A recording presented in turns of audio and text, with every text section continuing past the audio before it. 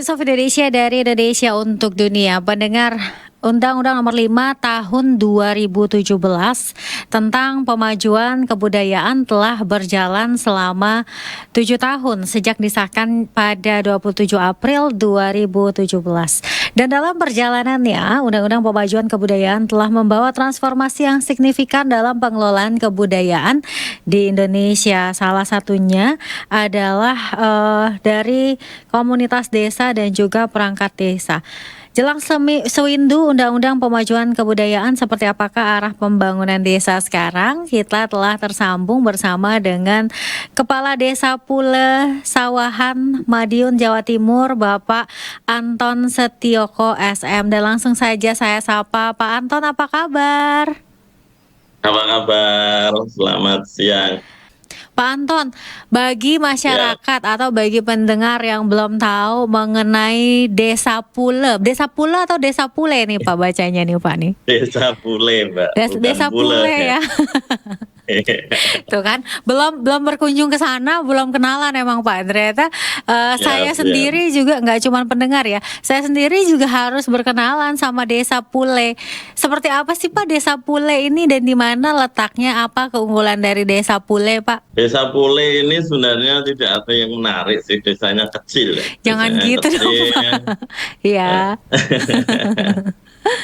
Enggak, maksudnya begitulah dulu seperti itu. Desanya kecil, bahkan mungkin sedikit, kalau mungkin didengar ini jadi lucu ya. Desa ini kecil banget, jadi desa ini tidak lebih dari 1.000 penduduk. Luas wilayah kami juga hanya kurang lebih tidak ada 100 hektar, jadi kecil banget. Cuman, dan kami terletak di sebelah utara Kabupaten Madiun, wilayah tengah. Jadi kami berada di perbatasan Ngawi dan Magetan. Jadi berada di perbatasan Ngawi Magetan, di daerah situ dekat exit tol Madiun lah, begitulah. Oke, jadi kalau ke sana tuh hampir dipastikan tuh saling mengenal satu sama lain ya Pak ya. Iya. Saking kecilnya dan saking nggak terlalu banyak penduduknya gitu ya Pak ya. Tapi yang khas di sana apa Pak? Mungkin apakah karena desa petani atau ada jenis apa ya kebudayaan yang terkenal di sana, atau ada khas makanan apa gitu Pak Anton? Jadi sebenarnya bukan kami. Kalau di sini mayoritas tani ya, mayoritas tani. 90% petani. Dan kenapa kami masuk dalam program pemajuan kebudayaan desa itu juga awalnya tidak ada yang menarik. Betul-betul tidak ada. Jadi kami tidak punya situs, kami tidak punya apapun. Tapi alhamdulillah dengan program ini kami benar-benar mendapat ilmu yang luar biasa, akhirnya menggeliat, kami punya banyak hal sekarang. Oh gitu. Iya. Punya apa aja nih Pak sekarang akhirnya? Yang jelas di dalam pemajuan kebudayaan desa ini banyak ilmu yang kemarin itu. Mulai kami dapat 3 tahun ya, 3 tahun di program pemajuan kebudayaan desa. Mulai dari temu kenali sampai eksekusi, akhirnya kami benar-benar memanfaatkan program itu. 3 tahun kami mengembangkan banyak hal, mulai dari kami akhirnya harus buat sanggar tari sendiri, kami punya teman-teman yang bisa bergerak dalam event sendiri, kami punya event festival rendengan, mungkin beberapa itu yang menjadi. Dan event rendengan itu satu-satunya yang ada di wilayah Kabupaten Madiun yang alhamdulillah sangat menarik untuk dilihat gitu. Oke, jadi ini signifikannya ini karena dari tadinya tuh nggak ada apa-apa, sekarang udah ada festival rendengan sama sanggar-sanggar ya. Festival rendengan sendiri tuh apa Pak? Boleh diceritain nggak? Jadi gini, festival rendengan itu sebenarnya lebih ke bagaimana kita melestarikan budaya yang ada. Dari budaya sebelumnya, yaitu tradisi Labuan. Di wilayah kami, di desa kami ada sebuah tradisi yang sangat turun-temurun.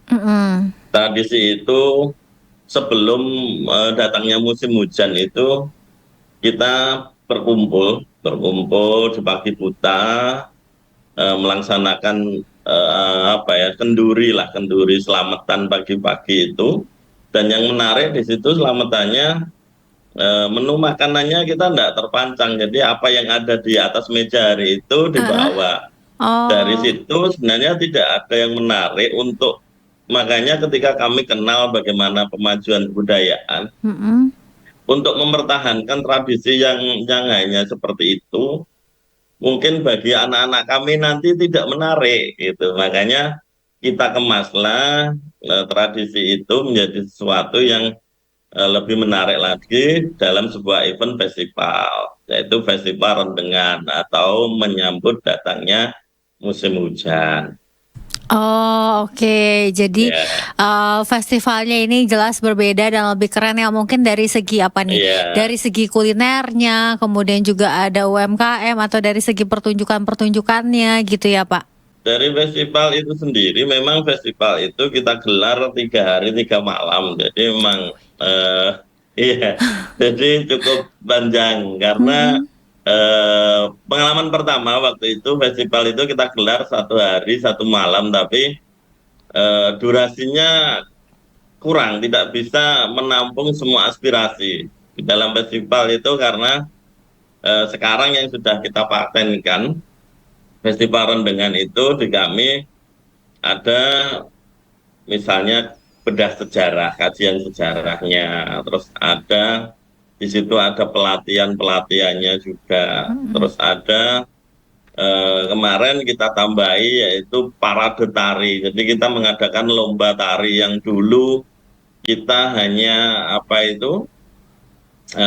mempertontonkan hasil tarian kita, tapi sekarang kita mengajak warga sekitar untuk ikut berpartisipasi dalam festival rendengan ini. Kita adakan lomba parade tari. Terus ada pertunjukan-pertunjukan, masih banyak pertunjukan termasuk lomba-lomba dalam apa ya istilahnya, seneng lah musim udan teko itu seneng, jadi ada Mm-mm. lomba-lomba di, kalau di kami itu pematang sawah di Kedoan ngarani.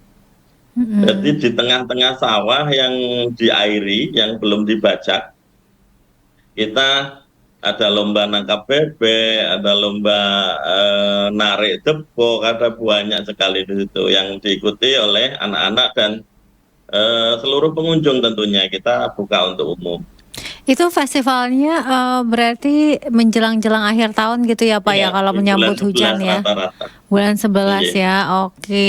Jadi memang melalui festival tersebut terlihat bagaimana komunitas kebudayaan di sana itu di Desa Pule ini berkembang begitu pesat ya, Pak Anton ya. iya. Oke. Dan Jadi komunitas-komunitas kebudayaan di desa kami awalnya sebelum adanya pemajuan memang hampir tidak boleh dikatakan, kami tidak tahu tentang hal-hal, ternyata kebudayaan itu penting gitu. Jadi mm-mm. setelah kami belajar banyak tentang bagaimana memajukan kebudayaan di wilayah kami, akhirnya itu tadi kami mendirikan komunitas anak-anak sanggar. Kami anggarkan untuk latihan, tidak hanya latihan menari, kita latihan gamelan, latihan segala macam. Kita juga anggarkan untuk membuat tarian sendiri untuk mengiringi festival rendengan itu, yaitu kita buat tari rendengan. Mm-mm. Jadi hal-hal seperti itulah akhirnya kita adakan juga paguyuban kampung pesilat dan lain sebagainya. Jadi banyak hal akhirnya setelah kita tahu tentang program pemajuan kebudayaan, kami akhirnya tahu kelemahan kami di mana. Jadi kami harus menutup kelemahan kami untuk bisa seperti desa-desa yang lain yang sangat luar biasa. Oh, oke.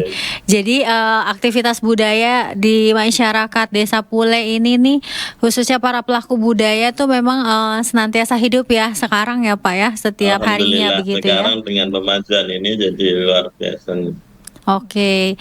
Dan, apakah kini arah pembangunan desa dititik beratkan pada kebudayaan, Pak, setelah mengetahui dampaknya gitu, Pak? Eh, 3 tahun kita lalui, Mhm, alhamdulillah eh, sekarang setelah kita tahu bagaimana sejarah eh, desa kita ini, terus pelaku-pelaku sejarah.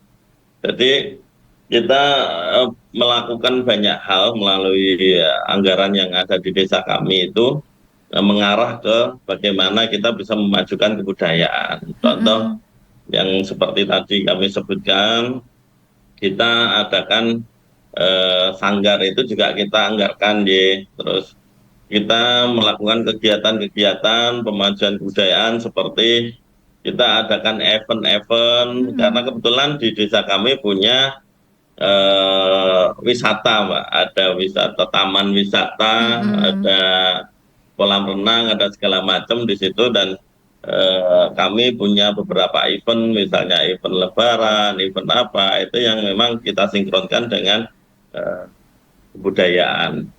Oke, baik. Jadi memang, dampak dari masyarakat ini juga langsung terasa begitu ya, Pak, ya? Apakah dari segi ekonominya, dari misalkan, semakin bertambahnya jumlah kunjungan barangkali atau perputaran uang, ada dampak yang langsung terasa begitu, Pak?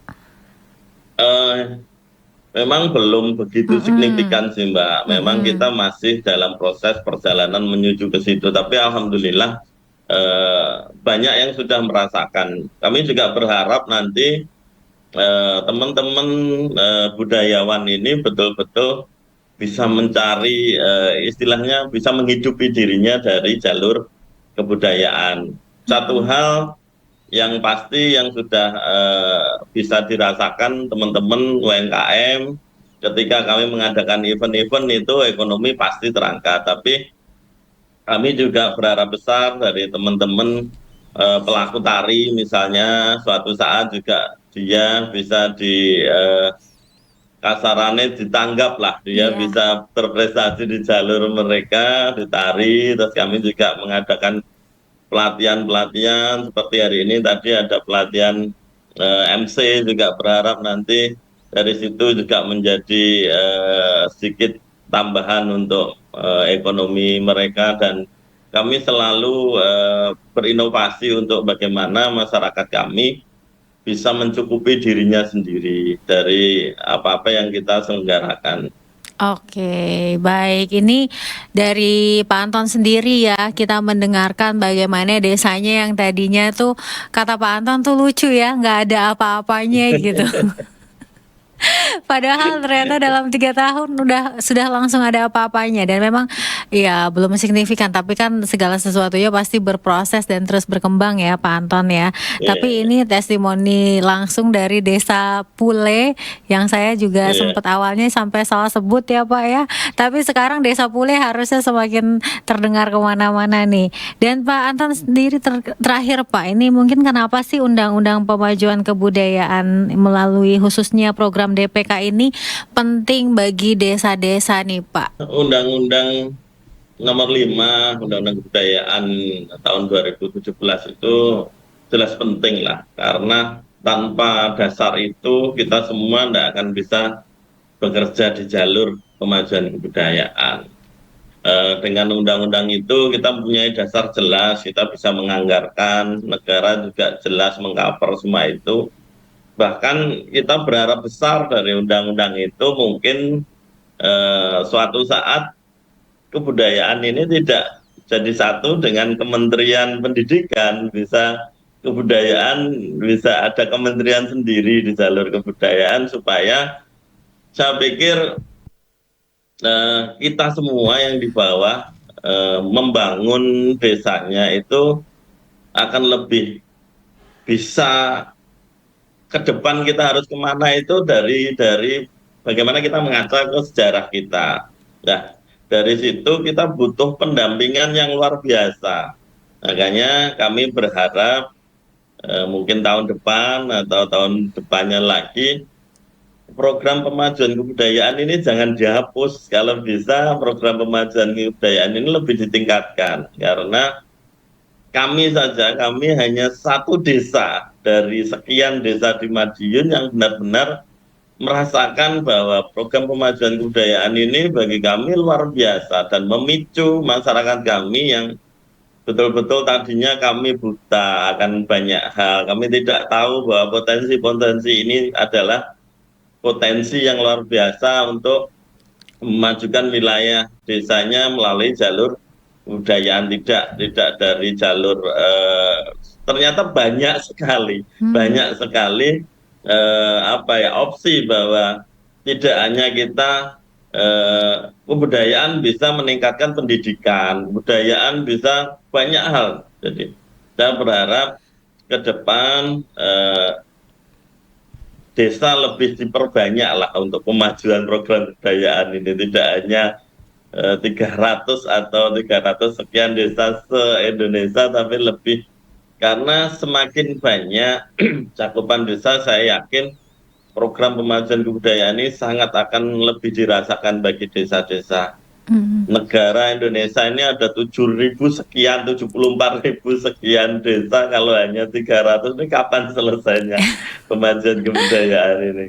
Makanya kami berterima kasih kepada kementerian, utamanya Dirjen Kebudayaan yang telah mempercayai kami untuk 3 tahun bersama-sama memajukan kebudayaan desa kami yang didampingi langsung oleh teman-teman di para tutor kami, para pendamping-pendamping kami, para budayawan yang luar biasa yang sudah ikut serta mendampingi kami memajukan desa kami yang tadinya kami tidak punya apa-apa. Kami sekarang sudah belajar banyak dari mereka-mereka, mudah-mudahan kami nanti bisa tularkan ilmu kami ke banyak desa yang lainnya. Yang perlu kami banggakan adalah kami sekarang punya dokumen pemajuan kebudayaan hasil kerja keras 3 tahun ini yang sudah kami bukukan. Dan mudah-mudahan nanti dari hasil itu menjadi dasar pemajuan kebudayaan atau menjadi dasar pembangunan ke depan desa kami di jalur kebudayaan, entah pembangunan jangka pendek, jangka menengah, ataupun jangka panjang nantinya. Oke, keren banget ya. Ini kalau kepala desa lainnya juga berpikirnya seperti Pak Anton ya, bahwa memang budaya ini bisa menjadi titik berat pembangunan dan bisa terasa dampaknya. Saya yakin pasti desa-desa lainnya juga yang tadinya nggak ada jadi ada, atau dari yang ada jadi semakin luar biasa. Keren. Semoga Pak Anton sehat terus ya, dan juga semakin maju untuk kebudayaan yang ada di sana. Saya jadi penasaran nih seperti apa sih ini Desa Pule. Yang penasaran juga boleh kita di searching di Google atau di YouTube, banyak Desa Pule, Kecamatan Sawan, Kabupaten Madiun. Bisa dilihat nanti di situ ada festival rendengan apa, bisa di searching di Google. Oke, baik. Jadi kalau yang ada di sekitar sana atau mungkin yang punya rencana ke daerah Madiun gitu ya, boleh langsung berkunjung ke Desa Pule ya Pak Anton ya. Baik, terima kasih Pak Anton Setioko atas bincang-bincangnya yang seru, semakin berkenalan dengan Desa Pule yang semakin maju kebudayaan, dan semoga sukses terus untuk Pak Anton dan juga sehat-sehat untuk masyarakat di sana. Terima kasih Pak Anton. Ya, pendengar Voice of Indonesia, itu tadi spesial interview bersama dengan Kepala Desa Pule, bahwa ternyata di sana yang seperti disampaikan Pak Anton ya, dari satu desa kecil yang mungkin belum banyak didengar orang-orang juga, tapi melalui program pemajuan kebudayaan sudah sangat besar dampaknya dan sudah terasa. Kalau yang penasaran seperti apa, bisa mampir untuk melihat festival rendengan yang biasa digelar setiap bulan September. Voice of Indonesia.